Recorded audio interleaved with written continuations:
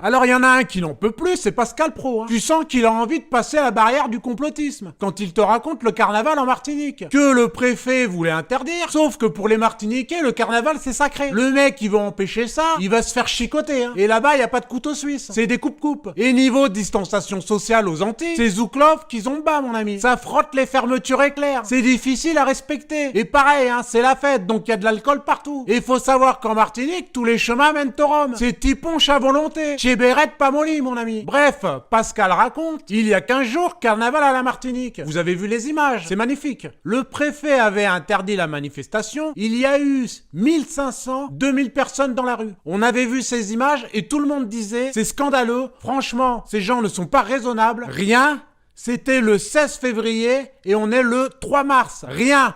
Pas de contamination, rien. Et quand on voit ces pauvres policiers obligés de demander aux gens de quitter les berges de la Seine, alors qu'on sait qu'il n'y a pas de contamination à l'extérieur. Donc, LCI et Pascalou prouvent encore une fois que les complotistes avaient 1000 fois raison. Je suis en train de vous dire que vous portez un masque qui ne sert strictement à rien, que le couvre-feu ne sert à rien et que le gouvernement ne sert à rien. Les mecs te disent d'un côté qu'il faut ouvrir les fenêtres pour aérer les pièces en faisant rentrer l'air frais et en même temps ils te disent de porter le masque en extérieur pour t'empêcher de respirer ce même air frais. Ça pour moi c'est camoulox. On est à la recherche du schmilblick les amis. Résultat des courses, on vient d'apprendre que de ne pas porter un masque au milieu d'une plage quand il y a personne à moins de 4 km à la ronde, c'est pas grave en fait. Étonnant Heureusement que les experts de LCI sont là pour expertiser. Putain, à un moment j'ai failli douter. Être complotiste aujourd'hui c'est un gage de bonne santé mentale. C'est pourquoi j'ai encore le sourire aux lèvres et le moral à bloc, car je sais exactement dans quel monde je vis, aussi fou soit-il. Bon, on revient vers Véran, parce qu'il le vaut bien et il nous sort une phrase qui sent bon la dictature. De petits points,